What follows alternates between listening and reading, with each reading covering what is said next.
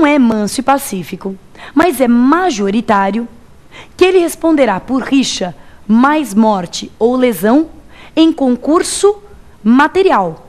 Haverá concurso material entre o crime de rixa mais homicídio ou o crime de rixa mais lesão corporal. Embora isso não seja manso, isto é fortemente majoritário. Rixa mais homicídio, rixa mais lesão em concurso material. Lembra o que é concurso material?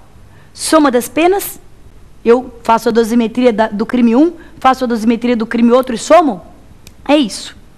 Bem, então eu vou responder pelos dois em concurso material. Agora, a pergunta é, a rixa será qualificada ou simples? Bom, aí, meu amigo, não tem mais nada manso e pacífico.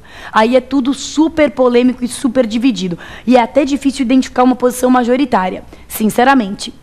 A vantagem disso é que quando uma coisa é muito controvertida, ela muito provavelmente não vai ser pedida no exame, né? Porque eles não são nem malucos de pedir uma coisa em que a doutrina e a jurisprudência são absolutamente divididas. Então a gente também não precisa se preocupar muito com isso.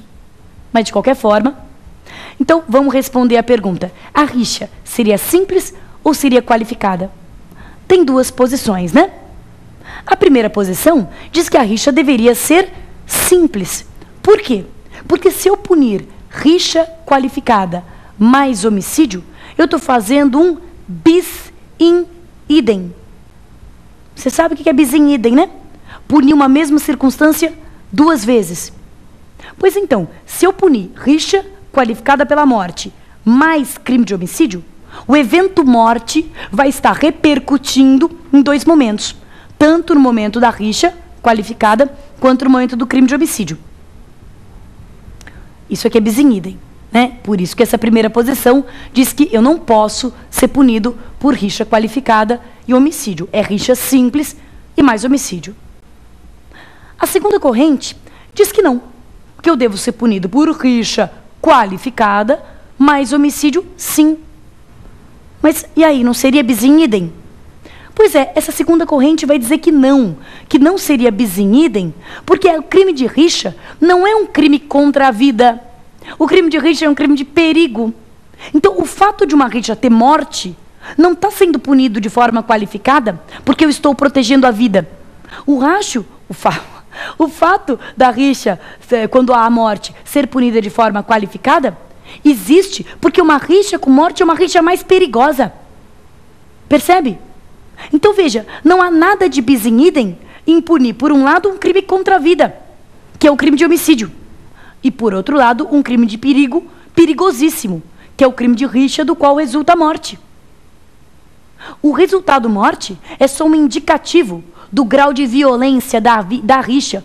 Não é uma questão de eu estar protegendo a vida da pessoa que morreu. Não, isso eu protejo punindo o homicídio. A rixa é qualificada pela morte porque a morte revela, a morte traz à luz a intensidade da violência envolvida nessa rixa. Então, a segunda posição diz, não tem bis in idem. Eu posso sim ser punido por rixa qualificada mais homicídio. Agora, como é que eu vou responder no exame do OAB? Bem, vamos imaginar que o exame, vamos reconhecer que o exame do OAB é um exame para advogados, ou para futuros advogados. Então, no exame do OAB, nós podemos tranquilamente nós podemos nos filiarmos àquela corrente mais benévola, àquela corrente mais liberal, que evidentemente é a corrente que diz que é rixa simples mais homicídio.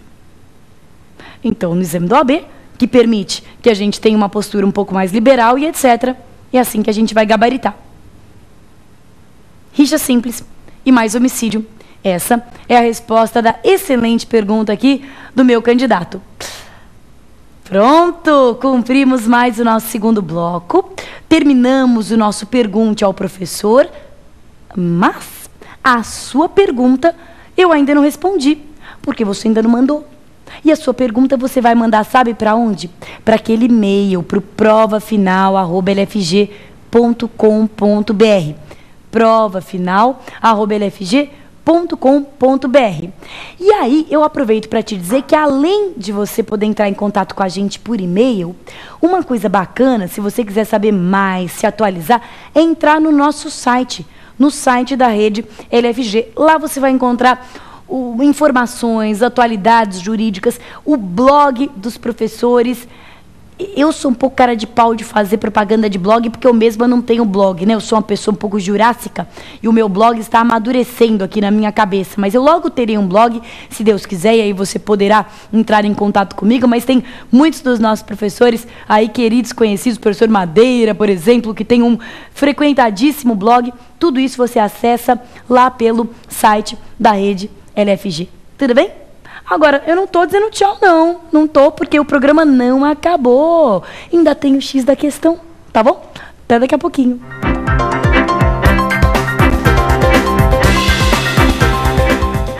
Estamos de volta, o X da questão chegou, é hora da verdade, como você já sabe. A gente vai ver se deu ou se não deu, se deu para aprender, se deu para memorizar, se deu para resolver o teste da OAB. Não é outra coisa o que nós queremos. Então, bora lá? Vamos ver o primeiro teste? Vamos lá. É assim. A respeito da rixa, conduta tipificada pelo artigo 137 do Código Penal, assinale a alternativa correta. Olha só, as alternativas dizem respeito à questão da autoria, participação, ou seja, do concurso de pessoas no crime de rixa. É uma questão sempre recorrente, meus amigos. É importante saber a solução. O agente que participa da rixa responde pela prática do delito como partícipe. Você já lembra qual era a diferença entre participação e autoria, não lembra? O partícipe é aquele que instiga, auxilia, sem realizar o verbo do tipo. Ele pode ter uma participação moral, induzimento, instigação, ele pode ter uma participação material, auxílio, mas é sempre sem realizar o verbo do tipo. Já o autor é aquele que participa realizando o verbo do tipo, é aquele que contribui realizando o verbo do tipo. Essa é a chamada teoria restritiva de autor adotada pelo Brasil.